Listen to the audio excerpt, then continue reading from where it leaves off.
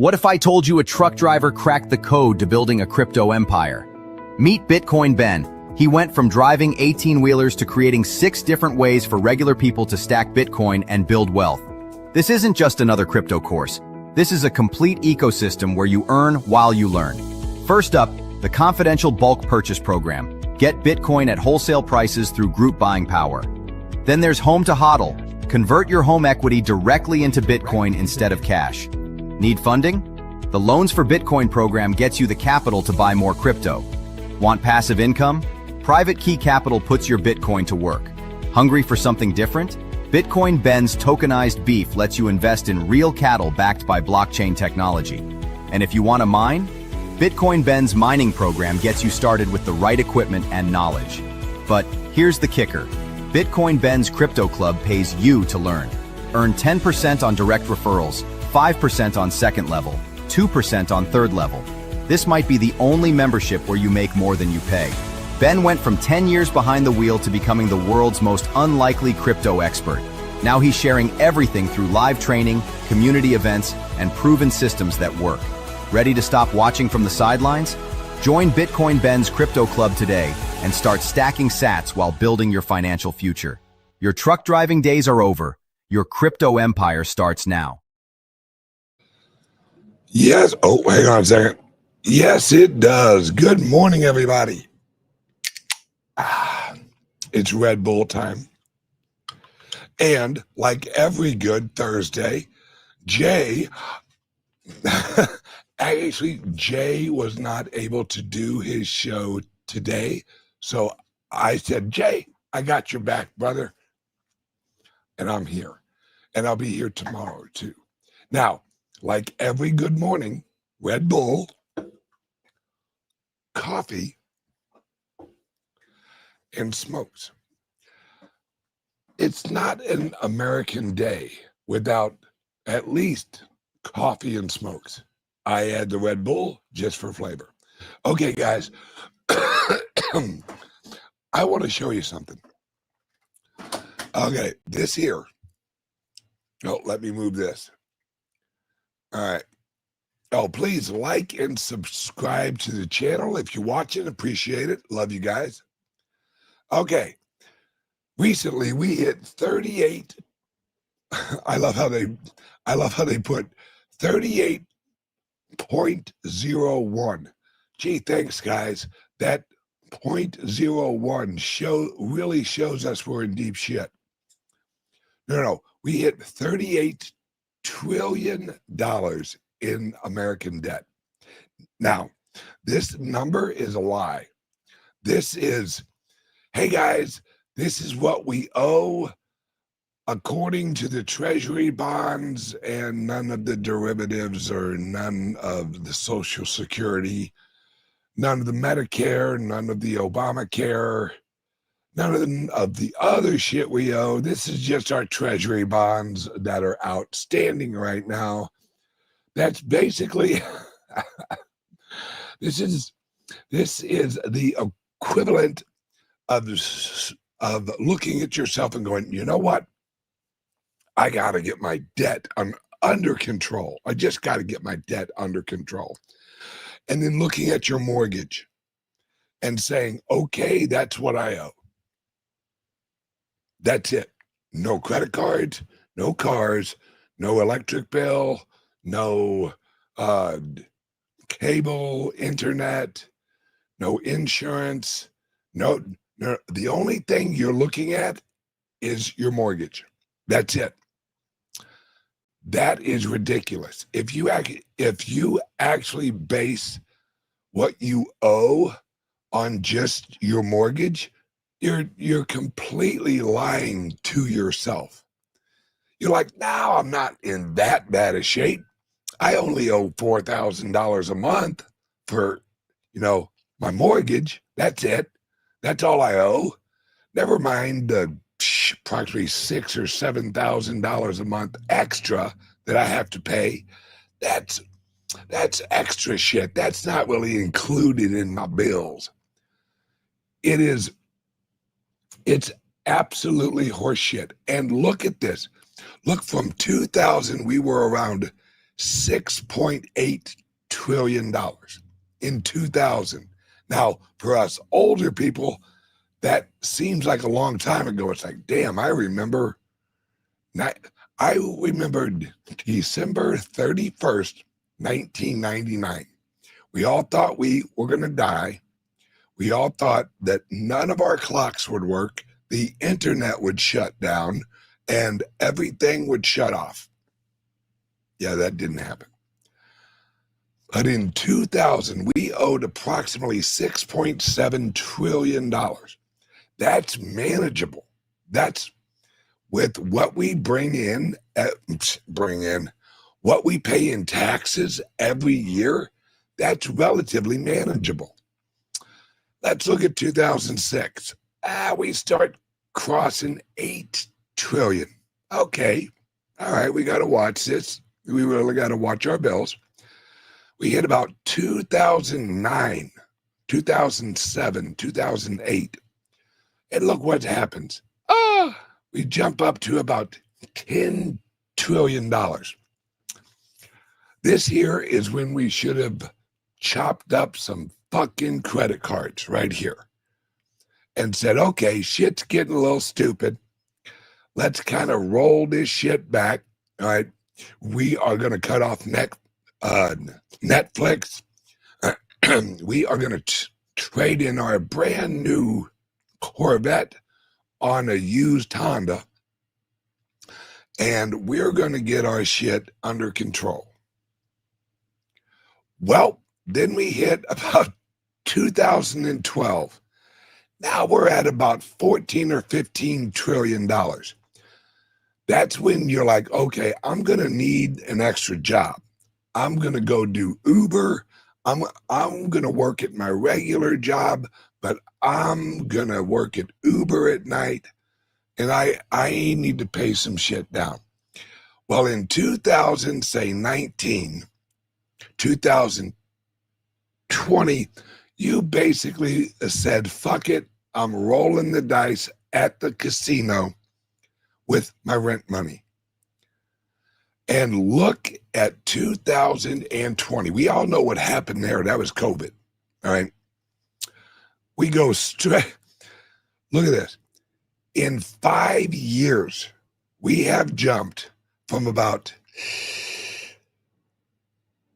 $23 trillion in debt to $38 trillion in debt.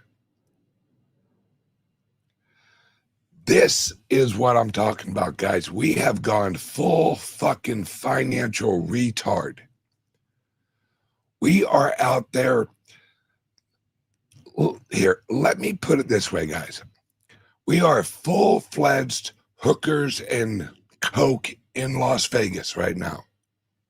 That's where we're at. We're at $38 trillion in debt.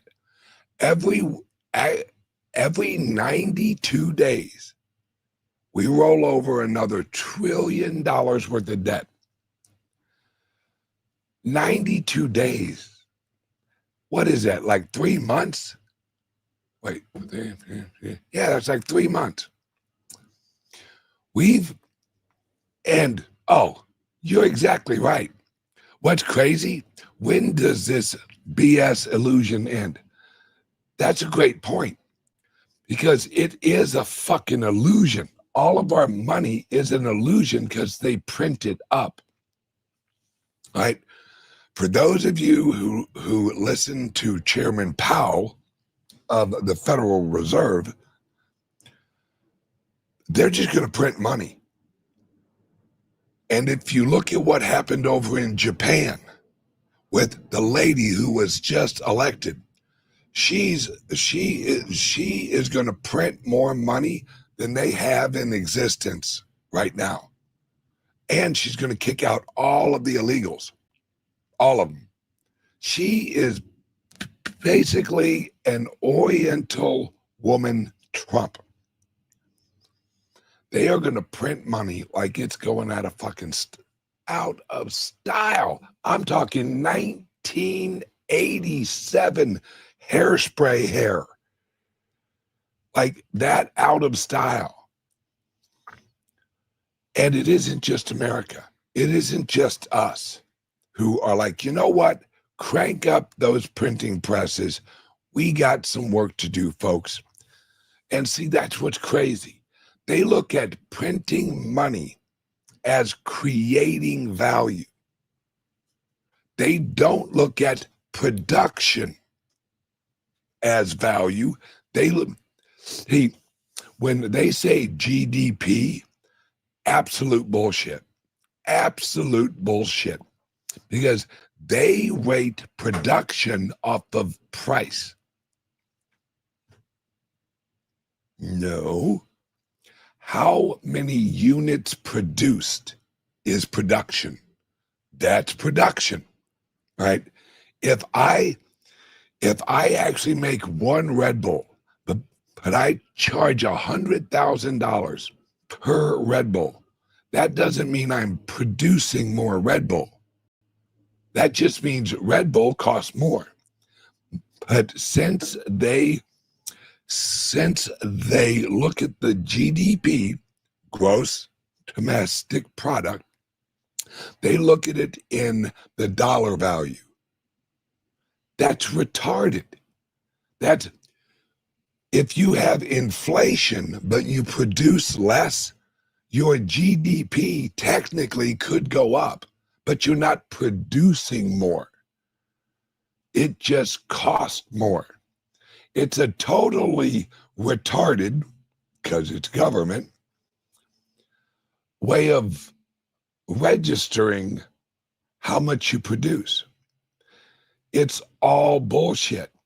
Our dollar is bullshit. The yen is bullshit. The rupee is bullshit. It's all bullshit. And what I love about it, what I really find hilarious about all of this is they keep saying it. They keep acting like the Federal Reserve has some magical fucking formula out there. Be like, don't worry, we got this. Guys, we got a money printer. Don't worry, we can print more of this shit. We can print it all shit, and we don't even have to print all of it. All we have to do is print a certain amount, give it to the banks, let fractional reserve banking, let that kick in. And then we've really printed a lot of money, but most of it's, digital, leveraged. And what's even more amazing is all of this, all of our currency is actually based on what? Treasury bonds. Well, what are the treasury bonds actually based off of? Future taxation. That sounds a whole lot like a futures market for our fucking labor. See, I've said 1,000 times, the Civil War didn't free anybody. It enslaved all of us. Is it a surprise that after the Civil War, after they created civil law, that's why they called it Civil War, they reconstructed, remember after the Civil War, we had a great reconstruction. It wasn't building buildings. It was reconstructing the government because we went broke. So they reconstructed the legal system on top of the constitutional system, and they created what we call civil law, which is basically civil law is corporate law. Civilization is a corporate nation.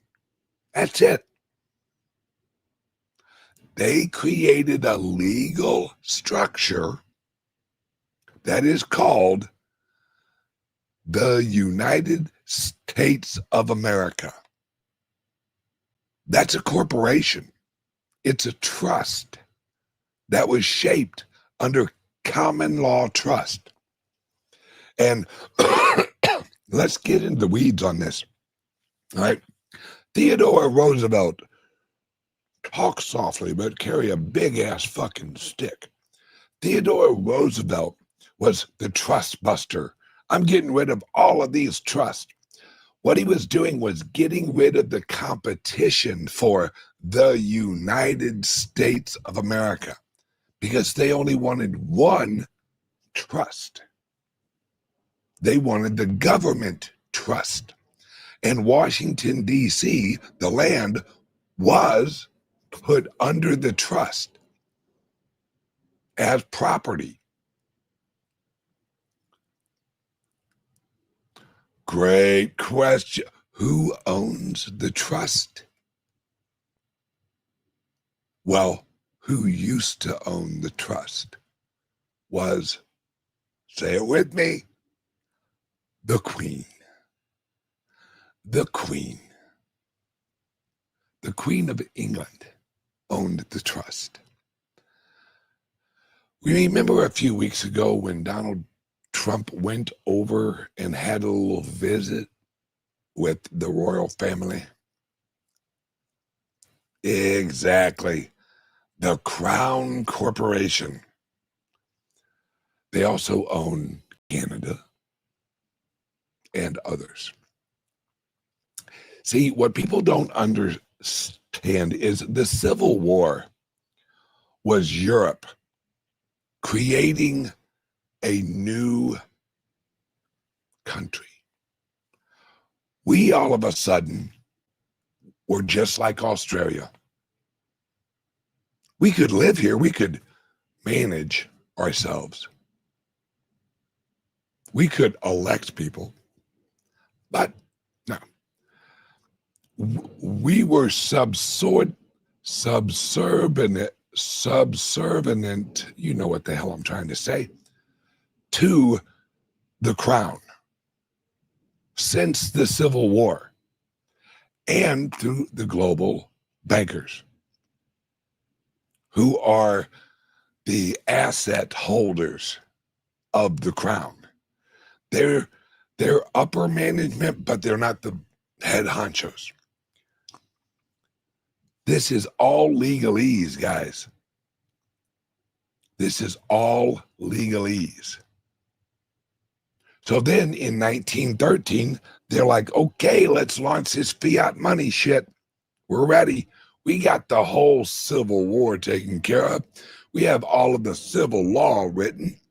We have everything legally in place where we can launch our fiat currency out of what we shall call the Federal Reserve. Sure in the fuck ain't federal, and they ain't got fuck none of reserves. And now, for the last 115 years, 112 years, we've been living under these fucktards. Because he who owns or he who produces the money runs this bitch. Like my grandfather used to say, he who feeds you controls you. Ain't that the fucking truth? Because if you're reliant on someone else to give you food, my friend, you a slave. And we have been slaves under this tyranny for years. Approximately, like I said, I think it's 112 years. Or something like that. It's nuts. Let's just put it that way. It's absolutely batshit nuts. But the revolution. Let's look at this chart again. All right.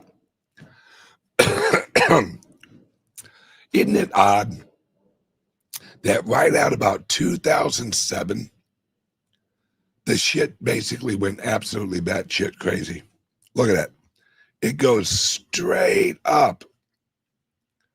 Straight the fuck up. What happened then?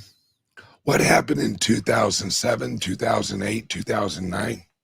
The great financial crisis. Folks, that wasn't the crisis. That was their reset. That was where we're like, okay, we're bailing out everything. And when I say bailing out, don't let them trick you with that word bailout. What they were basically saying was, we're just going to buy everything. We are going to print money and we're going to buy everything, including the people. That's why they launched Obamacare, because they're like, you know what? How do we get a hold of these sumbitches? How do we really control them? And how do we get more of their money? Oh, I know. Let's go after their quote unquote health care that we've been really trying to kill them with. This is absolutely batshit crazy, guys, because what happened was, and for those of you who were paying attention, remember when John Roberts all of a sudden comes out sweating like a fucking pig and kind of he had a worse time talking than I did, or I do. This guy sounded like a stumblefuck. And he was like, Obamacare is constitutional.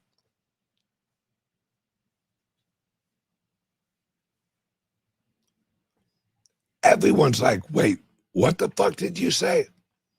Obamacare is constitutional. Mind you, a week prior, he had written the paper explaining how it was unconstitutional. Wait. So you write a paper that you're going to announce it's unconstitutional. Then all the fuck a sudden, a week later, you're like, yeah, this is totally legal. This is totally kosher, that they can tax you for this and they can call it a tax and not a penalty, or it's just legal, guys. Our healthcare. And remember Obama? It's gonna cut your tax. It's gonna cut your healthcare costs by 40% or some horseshit number. For those of us who remember, about that time, health insurance for my whole family, a month, and it was 2 adults and 3 kids, maybe 500 a month, with decent benefits. Nowadays, dude, I got a friend, and when he told, this dude has him, his wife, and I think they got 4 kids. They pay $4,100 a month. And they have, I think they have to have 10 grand out of pocket. 10 grand out of pocket before the insurance really kicks in.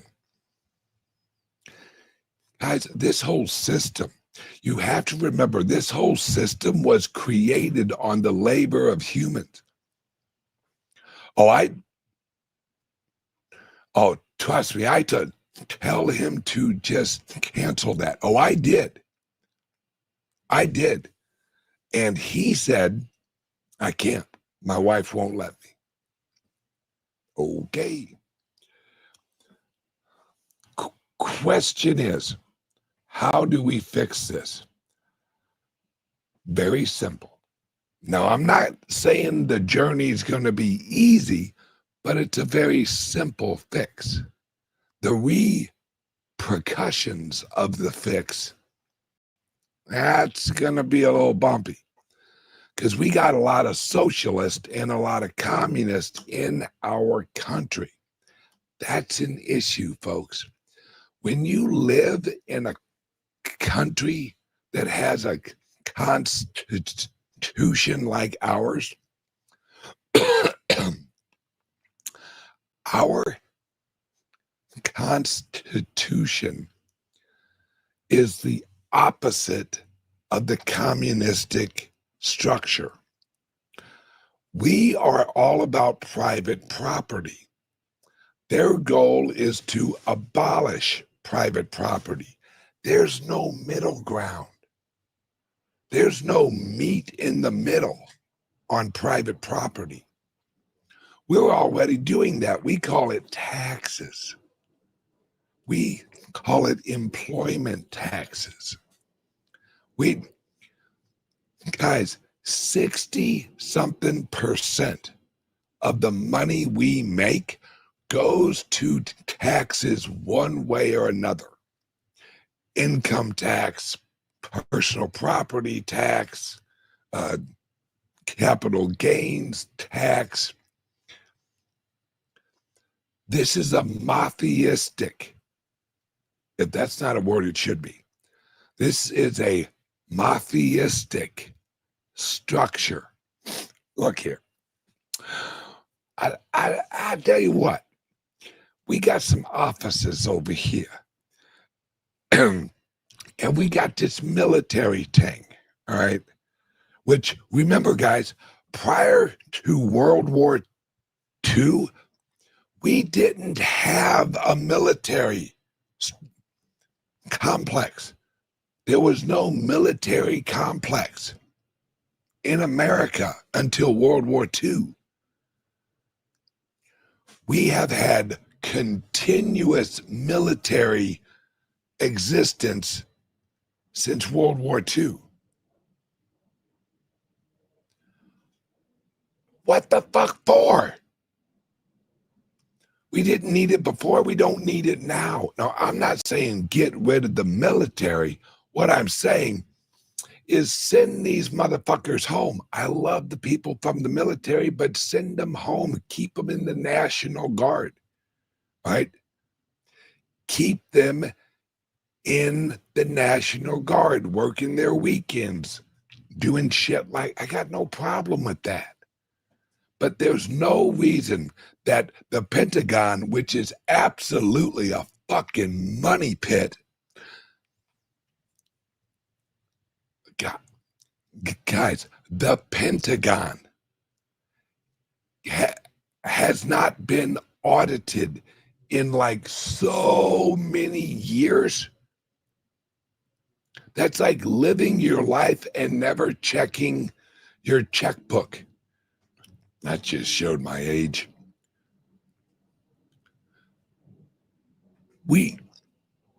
And the reason they're doing it, the reason for all of this, well, the general reason, we could go into the woo-woo reason, but that's something else. This has been a structure that has been created to enslave and leech off the productivity of Americans. Does anyone find it a little odd that since the 1940s and 50s, that Americans, their income, their real income, the private economy's growth has went down while the growth of the government has went up? Because remember, guys, the government doesn't produce fuck all. So if the private sector is shrinking and the government is growing, that means the government is removing the productivity from the private sector, the workers, and they're putting it into the government, and the government is growing. If your government is outgrowing your private sector, that is a slow communistic transaction. See, we were originally created as a republic. A republic has a little bitty federal government, little bitty.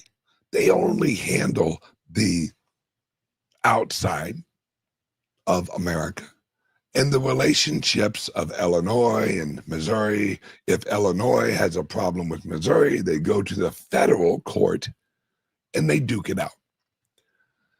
The federal government never, ever had any influence on individual rights. Ever.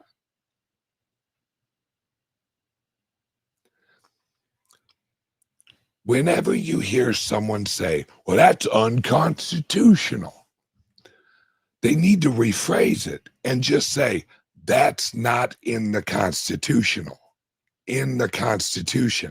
Because unconstitutional is not a judgment of right or wrong, ethically, morally. Unconstitutional means it ain't in the fucking Constitution. That's the equivalent of me saying, everyone should have a car and drive their car to Arizona at least once a year. It says that in the Bible. No, it doesn't. It's not biblical. Biblical means Bible, referring to the Bible. When you say something is biblical, it is referring to something written in the Bible. If I say everyone should have a car, or according to God, everyone should have a car and they should drive to Arizona once a year, that is unbiblical. Just like unconstitutional. It ain't fucking in there.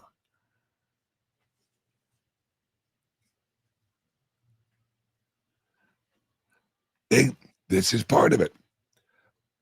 Randy Smith, my boy from Florida, says Florida legalized gold and silver coins. It was always legal. It was always legal, just not under the civil legal structure. See, common law, which is what our original country was built on. We were built on common law and Magna Carta, because common law sits on top of Magna Carta. And then they overlaid on top of common law, they overlaid to civil law. It was always legal. It's just people were never educated that they could claim that right. See, you only have rights you claim. That's what a lot of people don't understand. Whenever an authority comes to you and says, you done broke this law here, you done broke it. You claim common law. You say, no, I claim my right under common law that this has no authority over me because I have not signed a contract for that agreement. Common law is contract law of individuals. The government has no say over private contracts at all until the Civil War. The Emancipation Proclamation. Why do you think they named it that? Emancipation Proclamation. Do you know what emancipation is? It doesn't mean freedom.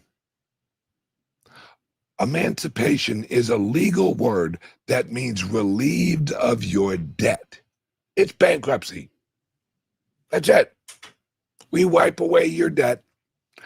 The Emancipation Proclamation was the equivalent because proclamation at that time, under the law, under common law, proclamation is the equivalent of what we call an executive order. Proclamation is the common law equivalent of an executive order, except in civil law. Remember, civilization is corporate nation. A presidential executive order is a order from the executor of the office.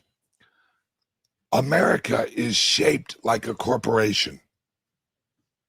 We got a president, we got a treasurer, we got a vice president, we got this, we got that. All this shit's going away, right? Because Trump, this is what people need to realize. Has anyone noticed that no one has really put out a true documentary on Trump and his family? Who is Trump's family? Where do they originate?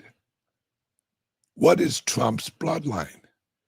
And almost more importantly, what is his wife's bloodline? What is his wife's bloodline? Because remember, guys, bloodlines run off the mother, not the father. What is his wife's bloodline? What royal family does his wife?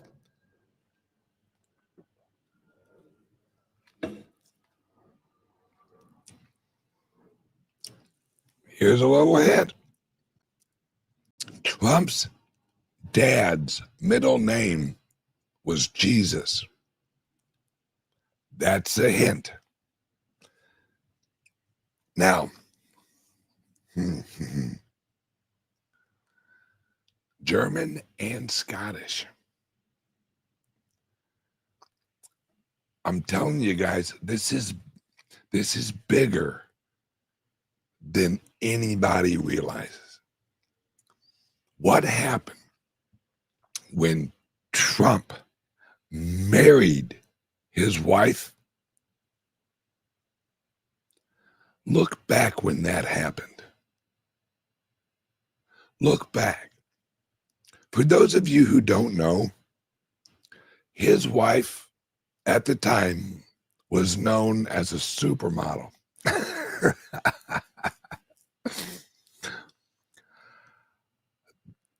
That woman and her bloodline, they make Trump look poor. She didn't need Trump's money. Though I think she's fluent in 6 languages.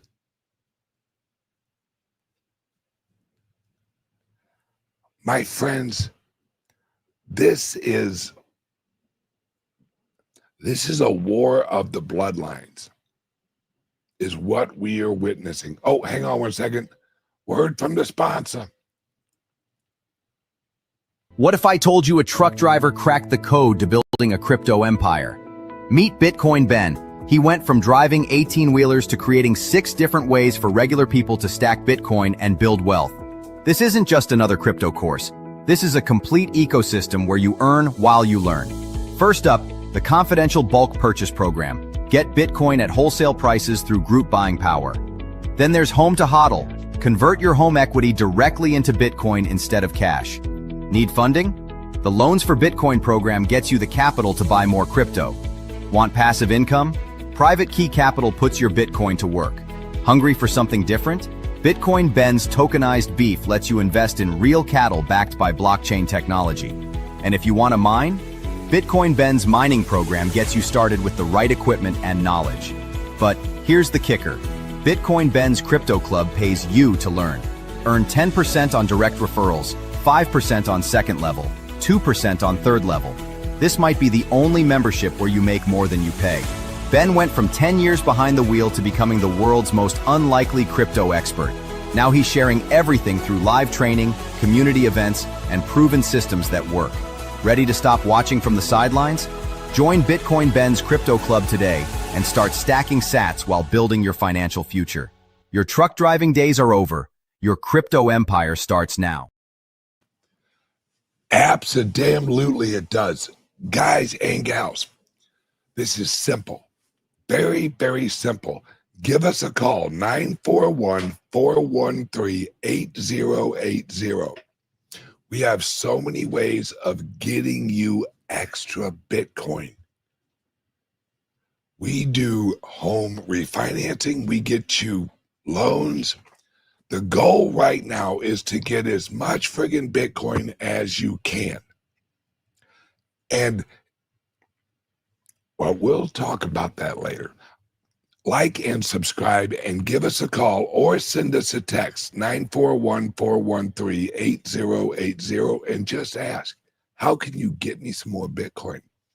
We will hook you guys up. All right, now, like and subscribe, please. All right, now, someone brought something up over here, right? Oh, hang on. Oh, there we go. Yes, Rick Costa, the official historian of the Bitcoin Ben Show. Keep an eye on Barron. He's going to be something for sure in the coming days. Folks, why do you think they named him Barron? Do you know what a baron is in the old language? What a baron is this goes way back. This is like pre-Magna Carta language. When someone was a baron, they owned large areas. They were a baron. They bore the land. They were a baron. And that word, that name originates at a have you ever heard of something actually called a what do you call them, bearer bond, where you actually bear the bond, you own it, it's your bond. That's where that all comes from. You think they chose his name using dice? No. These are bloodlines.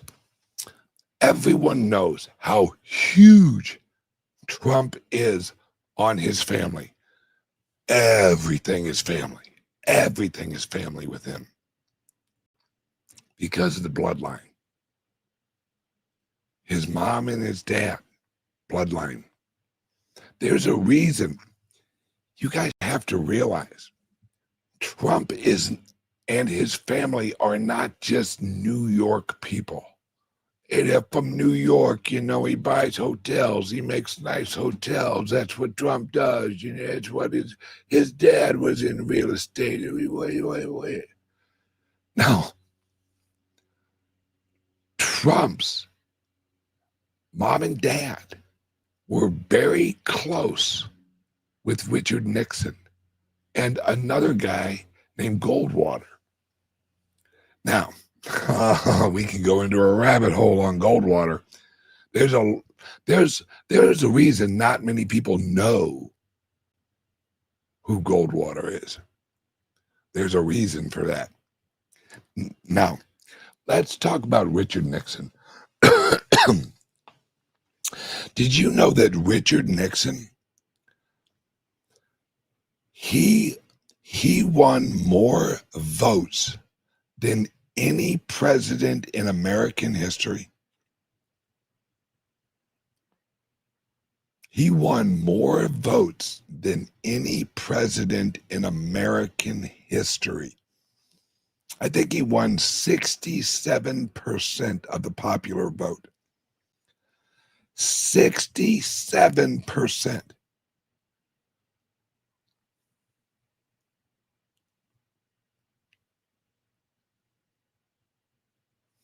Yep.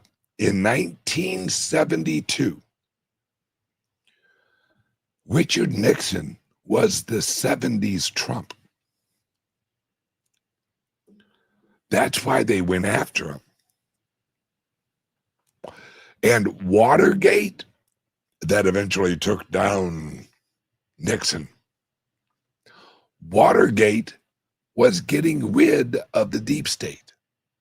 Watergate was Nixon proving that the CIA had actually killed JFK. It was all in there.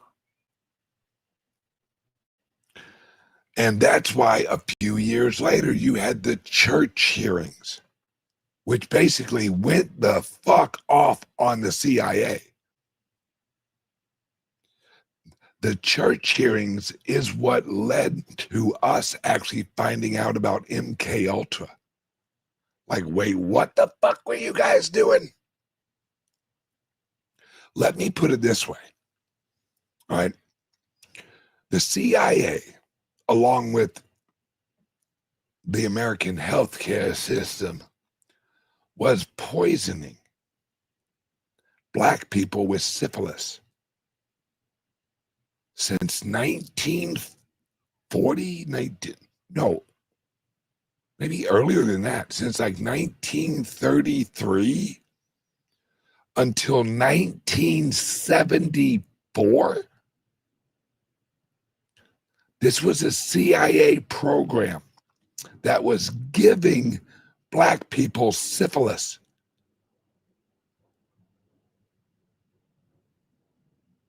And that came out in the church hearings. The church hearings was because of Nixon. It was because of Watergate.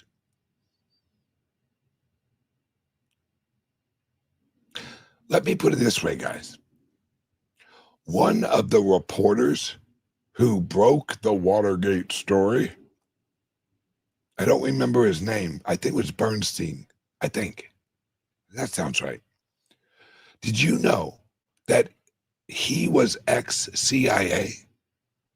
And he had just recently gotten hired at, I think, the New York Times. And the first article he ever put out was the Watergate article. So let me get this right. Ex-CIA agent quits. The CIA gets hired by the most prestigious, I use that word loosely, newspaper in America, and writes a story and gets this secret guy named Deep Throat, which I find it ironic that they named him Deep Throat with the timing of the 70s. Anyone else? So this secret guy who's like, oh, there's some bad stuff going on. Let me leak to this brand new fucking reporter and his buddy. And I'm going to tell everybody what's really going on in the Nixon White House. Yes. Exactly. Woodward and Bernstein. I don't remember which one it was. I think it was Bernstein who was, maybe it was Woodward. One of them was a CIA person leaves, quote unquote, leaves the CIA, had never written for a paper in his fucking life, gets hired on at one of the biggest newspapers in the world. And his first story is, guess what? Hey, I got this inside guy, man. I got this inside guy named Deep Throat who's giving me all this info, man. I got the info. I got it. And breaks this amazing story.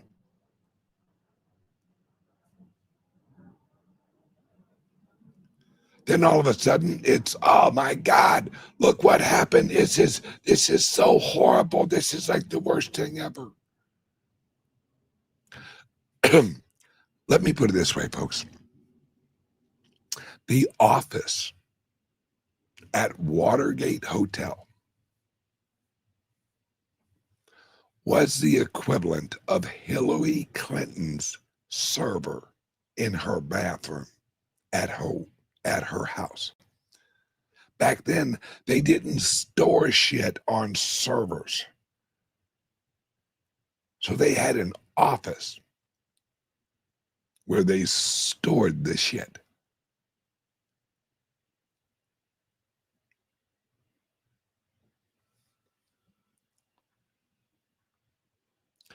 This is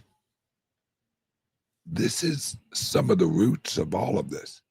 But we really, if you look at where this all originates from, this is old school.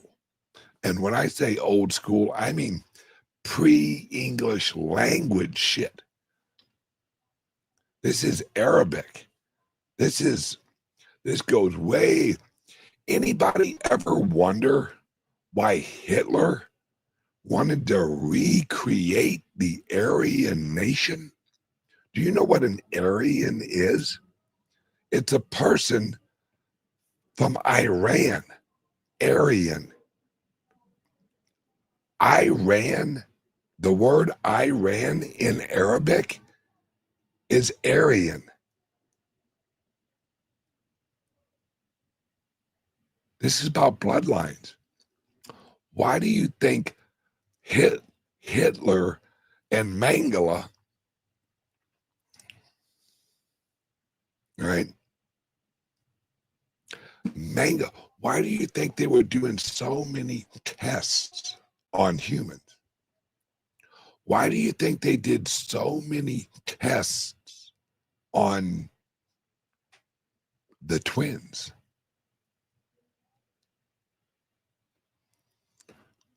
We look at this as U.S. versus China, U.S. versus Russia. Guys, that's all imaginary fucking lines and bullshit. This is a war of bloodlines. I did a show a while back, and this is your guys' homework for today. Look up the history of China. Now, for those of you who don't know much about China, let me explain. Everyone has heard, well, not everyone. China revolves around three really cultural environments. You have Confucius, right? For those of you who don't know who Confucius is, it's where we get the word confused.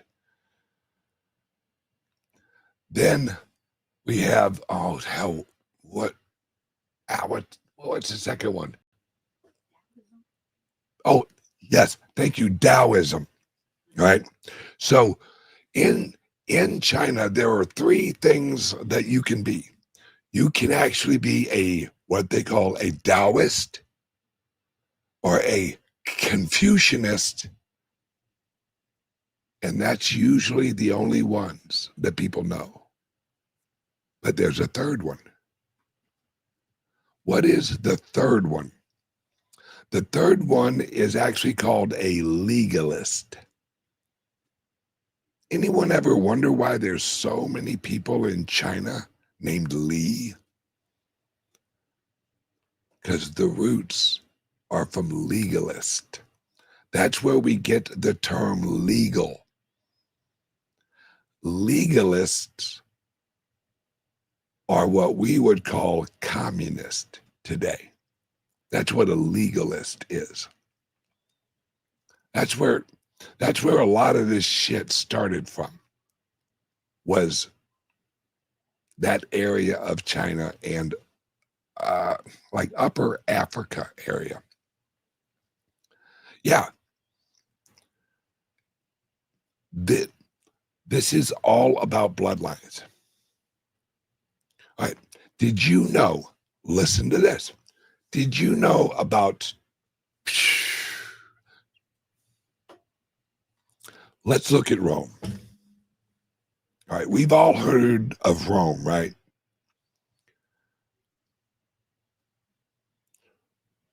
The largest city in Rome, at the height of Rome, had 100,000 people. Let that sink in. Athens, Greece, at its heyday, had about 24,000 people. Let that sink in, folks. There are some not very populated towns in America that have more than 24,000 people. And in Athens, Greece, at the heyday, they had about 24,000 people.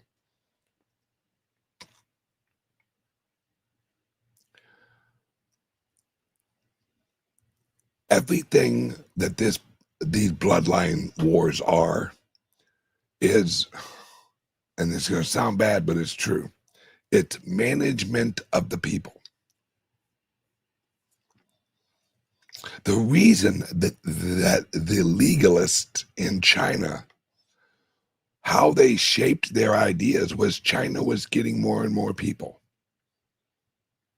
And they needed a way to organize the society. So you had the legalist, and you had the Confucius, and you had the other one that I still can't fucking remember right now. Oh, the Taoist, yes.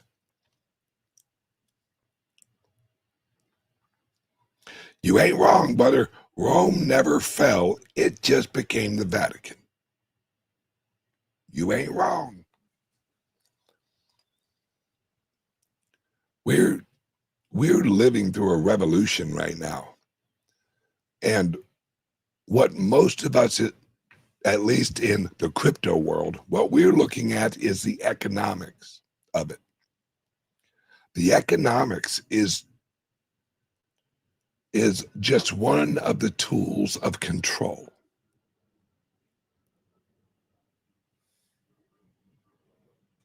Oh, yeah.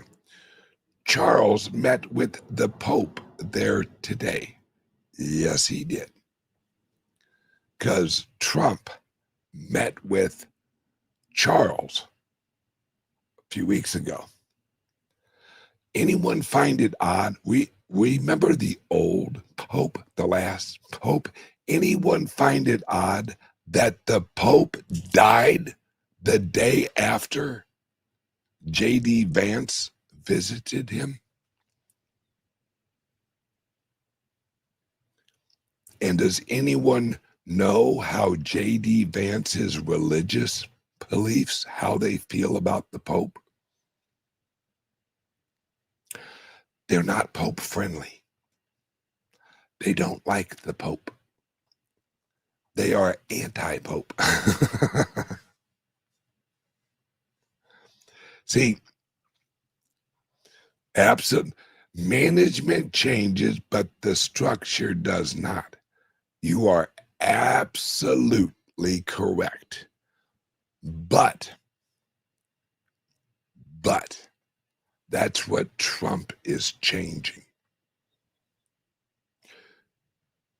You know why the price of gold is going up? Because of Trump. And because of some structure that was changed. See, America reclaimed its control over the price of the dollar a few years ago when we basically took out the elite control in London and we moved it back to America. The shit's getting real, folks. And gold and silver and the Bitcoin are the economic answer. Let me put it this way. George Washington and Benjamin Franklin and Thomas Jefferson, if they would be around right now and they saw the Bitcoin, they'd have been like, fuck yeah, let's do that. Why? Because and look into the history of this. George Washington, Benjamin Franklin, Hamilton, and Thomas Jefferson all did a deep dive research on whether they should use gold or silver as money. They came to the conclusion to use silver. Look at the Constitution. Look at what it says about creating the money. It's weighed in silver, not gold. You ask yourself, why, Ben? Why the fuck would they use silver? Because silver was known as the common man's money. Over here, gold was the elite's money. It's always actually been the elite's money. It still fucking is. Do you know that the general public owns maybe, what I last hear, like 7% of the gold in existence? 7%. And that's all over the world, folks. That ain't just America. At the time, the only people who had gold were the elites. It's still the same. Except now we're transitioning. We're transitioning from the Bretton Woods structure into what will probably be called the Mar-a-Lago Accords. I'm sure you've heard that kind of sprinkled around a little bit. We are going to transition from the Bretton Woods to the Mar-a-Lago Accords. And it is going to be a decentralized global economic system that will involve gold, silver, and Bitcoin.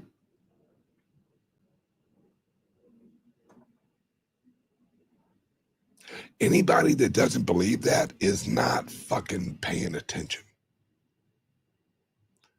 With all this shit Trump's doing and Trump's changing and Trump's got on his plate, you think him and his family would allocate their energy to the Bitcoin if it wasn't fundamental in the future of America? Trump has already said that. Shit, Besant has already said that. Like, yeah, the issue is, just like the founding fathers of America, there's a group of elites and they run a system. They don't want to free America from the debt. No, that's their whole system, folks. They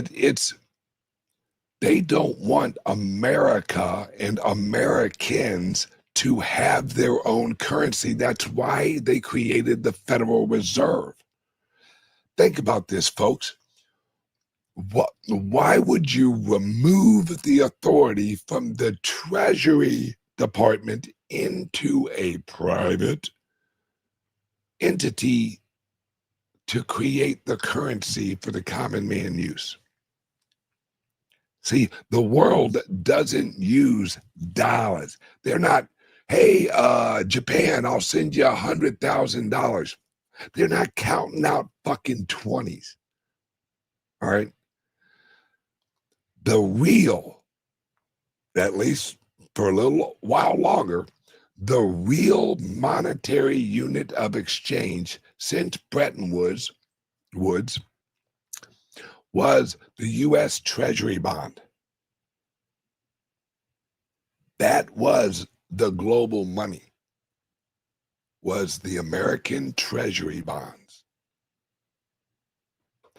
Now, Russia, I don't think they got any American Treasury bonds left. China's pretty well selling them motherfuckers like they're going out of style. The dollar's losing value globally. We're switching. We're in the middle of a switch. And now, just like the founding fathers, Trump and his government structure is looking at it just like the founding fathers did. Okay, what can we make the people's money? What is the most decentralized option that we can choose from? All right, we got gold. Fuck that. China has so much fucking gold. If we revalue it too high, they're the richest country in the world, and we're fucking done. Okay, how about silver? Let's use silver like the founding fathers did. Well, we would, but it's also an industrial metal. And we got a lot of plants we got to build for this shit. If we monetize silver at a national level, fuck that. We're not going to be able to afford any of the chips or any of the transformers or any of the fucking cell phones. Can't do that. But we can hold them in reserves. Absolutely.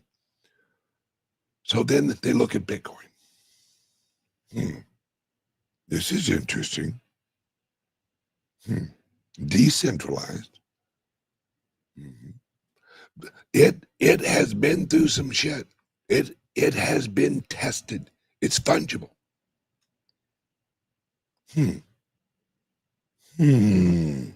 Could we possibly integrate that into our strategic reserve?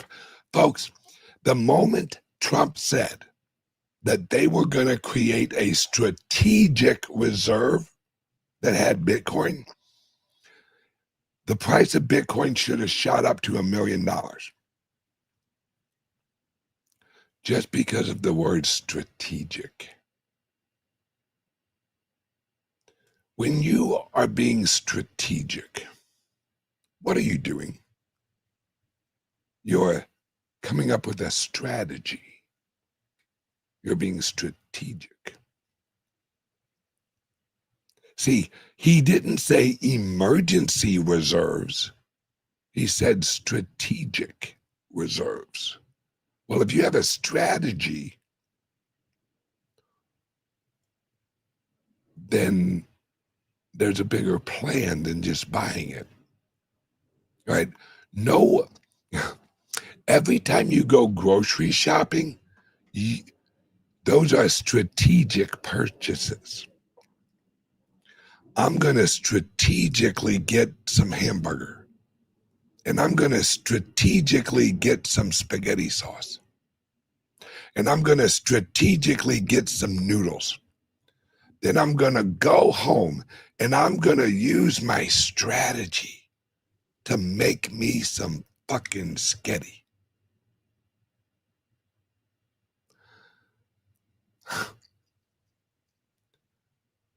The key is strategic reserve.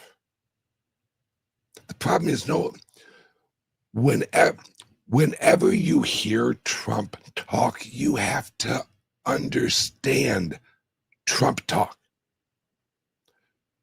Trump uses specific words and a specific, shall we call it a cadence when he's explaining stuff. Trump drops bread crumbs all the time. Now, do you want to know how to recognize it when he's dropping a bread crumb? Very simple. He says it twice.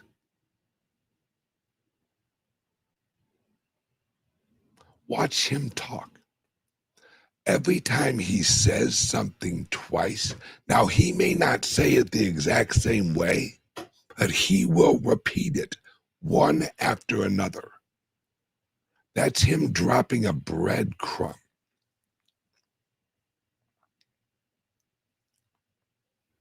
Oh, shit.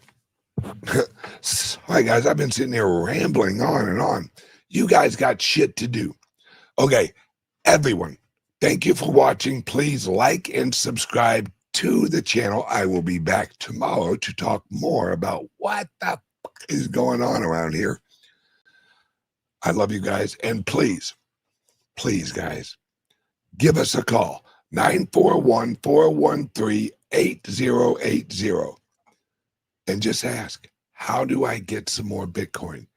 And shout out to Turning Point USA having their event at our club up in Massachusetts yesterday. Shout out. I absolutely love that Turning Point USA held their event at our club in Massachusetts. Absolutely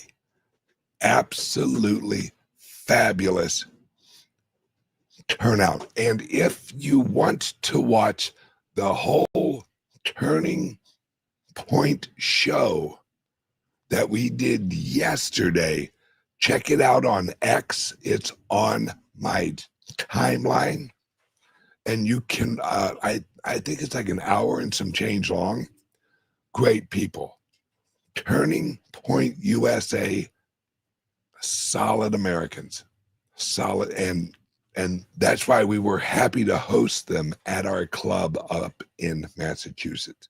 So shout out to Turning Point USA and Ed up in Massachusetts, and Jay, our CEO, and Maddie, also up in Massachusetts. You guys did a great job. I'm so proud of you guys. Great job. And we will be having another event with Turning Point USA up in Massachusetts, and this time I'm going to be there. Mid-November, I'll let you guys know. Okay, everyone have a great day. I love you guys, and please like and subscribe before you leave. Don't be a greedy sumbitch. Press a button, hit like, hit subscribe, because the more shows you hear from me, the more Bitcoin you'll buy. I guarantee it. Love you guys. Have a great day, and I will see you guys tomorrow. Bye-bye. What if I told you a truck driver cracked the code to building a crypto empire? Meet Bitcoin Ben. He went from driving 18-wheelers to creating 6 different ways for regular people to stack Bitcoin and build wealth. This isn't just another crypto course. This is a complete ecosystem where you earn while you learn. First up, the confidential bulk purchase program. Get Bitcoin at wholesale prices through group buying power. Then there's Home to HODL. Convert your home equity directly into Bitcoin instead of cash. Need funding? The Loans for Bitcoin program gets you the capital to buy more crypto. Want passive income? Private Key Capital puts your Bitcoin to work. Hungry for something different? Bitcoin Ben's tokenized beef lets you invest in real cattle backed by blockchain technology. And if you want to mine? Bitcoin Ben's mining program gets you started with the right equipment and knowledge. But here's the kicker. Bitcoin Ben's Crypto Club pays you to learn. Earn 10% on direct referrals, 5% on second level, 2% on third level.